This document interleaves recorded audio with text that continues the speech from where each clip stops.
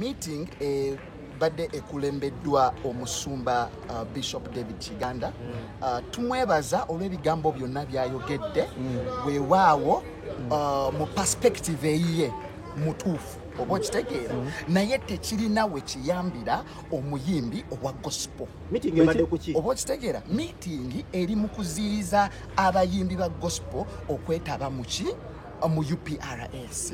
Oba okitegeera ate baagala abayimbi basigale nga baweereza eno paate ey'akasente balinga abatayagala bayimbi kucharginga sente okuyimba bintu bwe bityo. Kakati mu perspective eyiye nga abaweereza ye mutuufu naye kati nga abayimbi aba gospel benkulembera tekitukolera kikyo kyayogedde ekitabakolera mwenga mu abayimbi ekitatukolera omuyimbi tagenda kujja ayimbe olememu waayo akasente. Oba okitegeera omuyimbi tagenda kujja music we omukube oba okitegeera ng'ate tomuwadde yakasiimo. Oba okitegeera kakati yanaaba afunira wa Bible tugamba leka ekirabo kyo kikusegulize. Oba okitegeera kati mwagala abasumba bano basasule UPRS sente ze babasabye $1,700,000 bazisobolera ddala bulungi baziweeyo bano abayimbi nabo basobole okufuna. Oba okitegeera UPRS oba neezirya oba teezirye ekyo tekitukwatako. Ffe kyetwagala is bo bawe UPRS sente ffe tujja kubanja UPRS emyaka gyonna abasumba tebayambye bayimbi ba gospel. Lwaki essaawa zino lwe balooza nti lwe basobola otuyamba kiki kye bagenda okukolawo baagala tube nga tusigala nga tuli baweereza. Oba okitegeera omuyimbi tosobola yimba ng'enjala ekuluma tosobola kutambuza bigere okujja ku church kuyimba. Oba okitegeera bayina okufaayo eri abayimbi ba gospel okutandikira ddala ku bakwaya okugendera ddala ku bakubi b'ennanga b'eŋŋoma ne gita mu kanisa zaabwe. President muleeta wano ennyimba nga mufukamira bazizanya tuleeta wano tutwala ennyimba zaffe ku Christian media bazikube. Oba okitegeera ne batusaba ssente. Oba okitegeera okuba ennyimba zo bwe tujja okutegeka ebivulu mu makanisa gaabwe era ne batusaba ssente nti zino za kifo abantu abagenda okujja bagenda kujjuza toyi zaffe and things like that.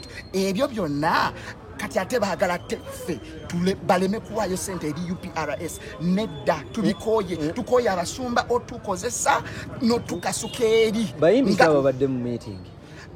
Ekituufu kyo kiri nti enamba y'abayimbi abaliwo mu meeting kikulaga nti tebakkiriziganya nakyo. Obategera nedda buli muyimbi yakitegeddeko but the reason lwaki tebazze is because bakoowu tuli bakoowu.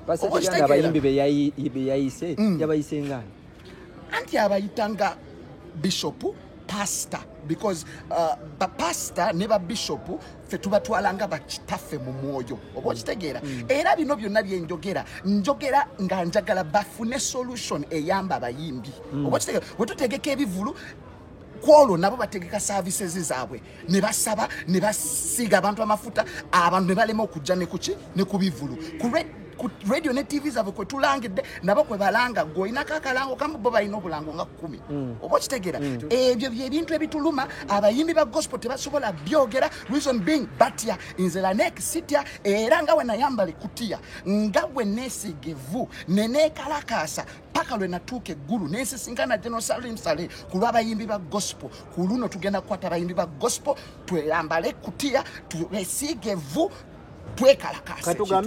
Tugambe ebigambo by'oyogera abayimbi ba gospel bakutumye nkubuulira maze kati nze president. Oba okitegeera nze nkyasinze okukulembera abayimbi abakyasinze mu Uganda bwe mpita olukuŋŋaana lw'abayimbi obulwa ne bwobateeka because bayitirivu from all over Uganda.